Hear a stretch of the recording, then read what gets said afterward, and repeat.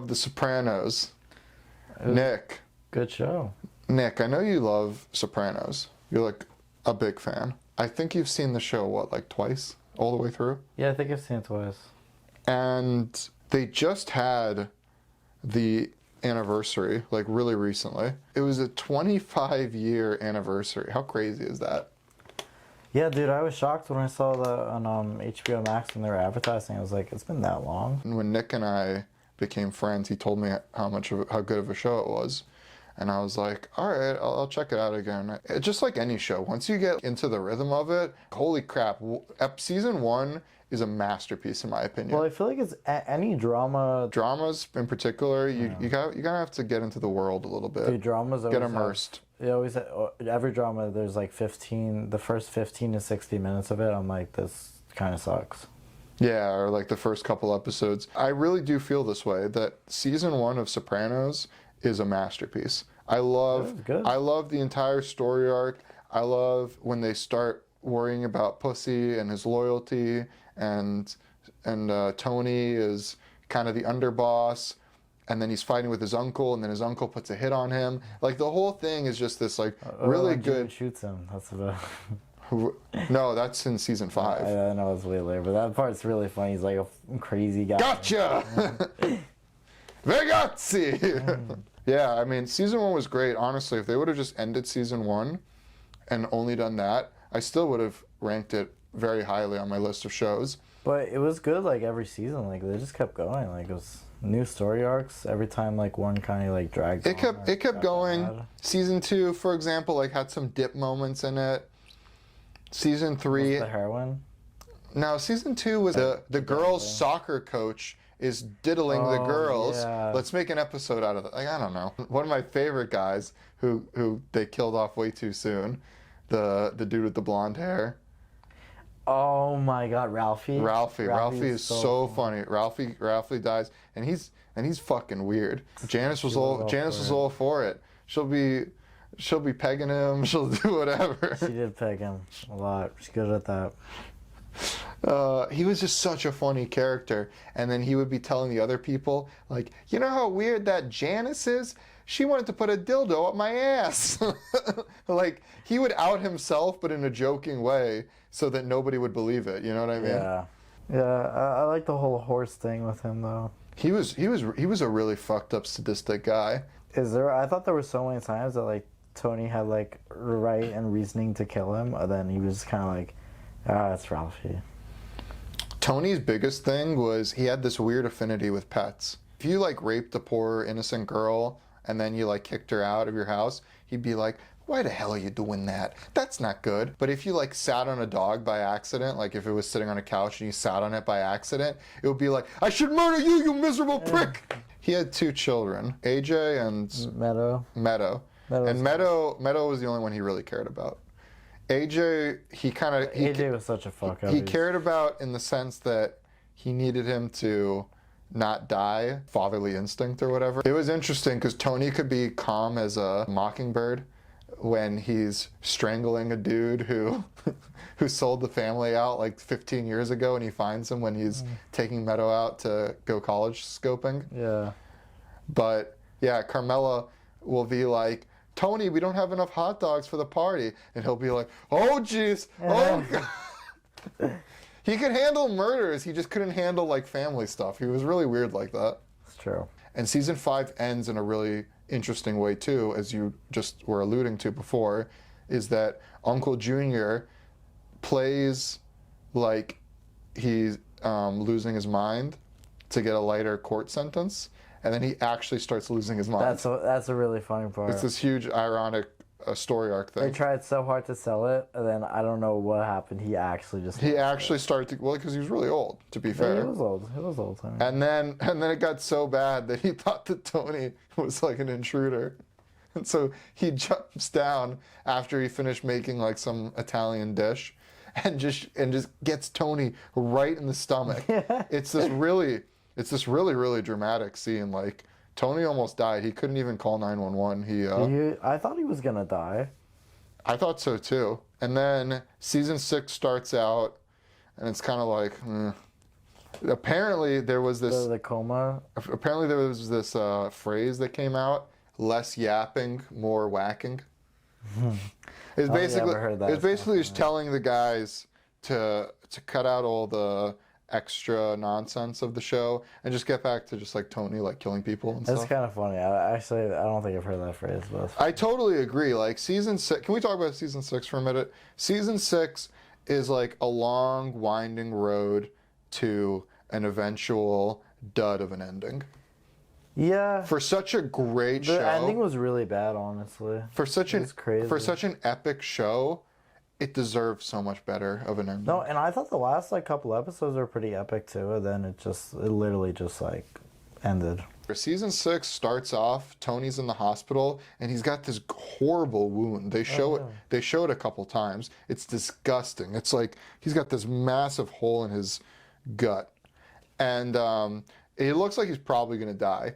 But in his mind, he's picturing a world where he stayed in college and he didn't drop out and He's like stuff. Kevin Finnerty or whatever. Yeah, and he was just this regular dude who would go on business trips and you know, bang the occasional girl on a business trip, and then didn't tell his wife about it. You know, he was just a normal Joe. But then they did like 6 episodes of pure, and I mean pure filler. Dude, half of that season was terrible. It was like, let's go out with Janice and Bobby and play Monopoly. The trains, they love their trains. You're sucking dick on the boardwalk, Janice. Don't you? They love the trains, bro. She let me put my train set in her back in her garage. The FBI is closing in. They make Adriana LaServa an undercover agent. Oh yeah, she was so hot. Adriana was cute. They were both hot. Her and them. And then, so they make Adriana like a part of it. A bunch of people get whacked in like really quick succession. Adriana gets whacked, and that's crazy, bro. She's like going in the woods, like clawing her way to try to get out of there. She really had no chance. Like Silvio was gonna get the job done almost no matter what. She was trying to run away and she like kind of fell like 3 steps in. That's the thing, ladies. You can't be wearing these 9-inch heels, you know? You never know. Yeah. They spend like 3 episodes in season 6 talking about Vito's love story. This fat nobody of a character who waddles like a duck ends up being secretly gay.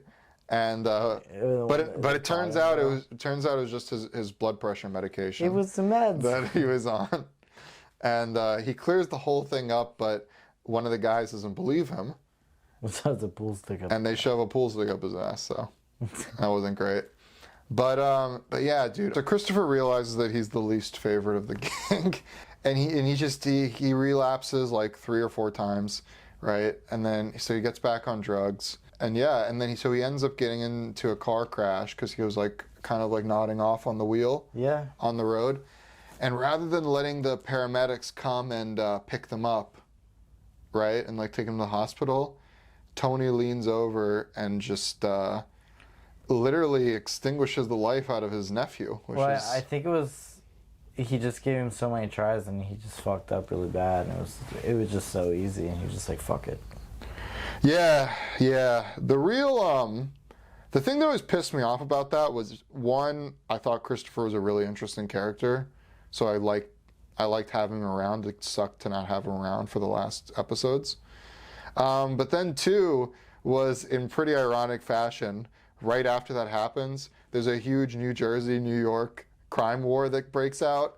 And I constantly said to you, how many times, because we were watching together, how many times did I turn to you and said, they could have used Christopher right about now? They really could have. He was one of their only young guys that they had in the crew. He was one of their best marksmen. He was really good with a gun. And yeah, they really could have used him because a lot of people died in that last thing. Bobby died. Silvio got clipped. The Bada Bing got shot up. Yeah. The guy quit his job. The poor bartender. The one that always got beat up. He had to quit his job after Tony just pounded him into oblivion. I think he broke a phone into him one time. He just beat him with a phone. So the show ends that Tony goes into hiding. He comes out of hiding. He kills Phil Leotardo. He kills Phil Leotardo. He works behind the scenes to get this accomplished. And then whatever. So he's sitting in a diner. Everything looks, whatever, casual. And they're singing the song Don't Stop Believing by Journey. And he looks up and it's like, don't stop. On a scale of 1 to 10, how would you rate that ending? The ending was like a 0. I mean, it's yeah, I'd say it was about a 1, maybe a 2. There was too many open questions like at the end, and then yeah, I mean, it's like writing a book and then taking the last chapter and throwing it out. It's and never planning to write a sequel. Yeah, it's like unfinished. However, I did investigative work, and I watched Talking Bad with, as I said, the guy who played Christopher and the guy who played Bobby. And they had the guy on, the creator of the show. And I can tell you definitively that his intention was that Tony dies. He's always been a quiet little bitch about it. Like, yeah. he thinks he's so clever, right? He's like, I'm not going to tell you. To everyone. For 20 years, 25 years now, right? And then the guy who played Bobby, he did this, it's great. Howard Stern is actually a master of this. You ask a question by saying what you think happened, and then you leave sort of like a little bit of silence, and then you just let the other person fill in the blanks. It's genius. And I don't think it was intentional, but it just worked out this way. So they tried to, bring up the question as always, and the guy does his little games, his little dodge. He did reveal that they filmed originally, the original ending was that he's driving. So he usually drives into New Jersey, right, in the beginning of the show. Yeah. And this time he was driving out of New Jersey, so it would be like a full circle thing. And then he would drive to New York, and then he would be killed. That was the original ending. They deleted that and put in the Journey thing instead, Why? The bar. I forget his reasoning why, but he just said that would have been really good. Actually, he just said, I don't like the ending. So he got rid of it. So he gave a little song and dance, but he did reveal something, and then Bobby said, no, I like it. Like the guy who plays Bobby, obviously. He's like, I like it. You leave it to everybody's interpretation. And then Bobby says something like, what I want to imagine is that Tony lived a great, fruitful life. Meadow grew up. She got married. AJ stayed in the business. He's doing well for himself. Him and Calm, they do their thing, and Tony lives a good, happy, and fruitful rest of his life. And then there's sort of this silence for a minute, and then the creator just goes, yeah, no, that doesn't happen. Well, so confirmed Tony dies, unfortunately. Honestly, the problem is just that it left too many questions.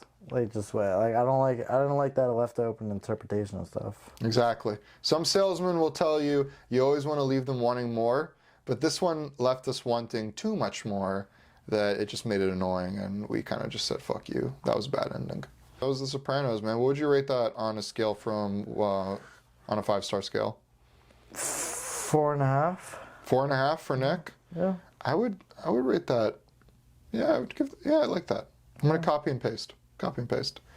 Where does it rank on your all-time lists? Is it top 10 for you? Better than that? It might be top 10.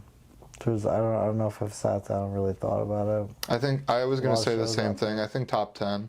I'd still put like shows like Breaking Bad maybe ahead. I don't know. I'd have to really think about it, but definitely top 10. I think Sopranos is better than Breaking Bad, but... What? Really? Yeah. Damn, that's a big statement. No, I'm not saying Breaking Bad sucked. No, but that's a big statement. A lot of people consider Breaking Bad to be like the magnum opus. Yeah. I don't know.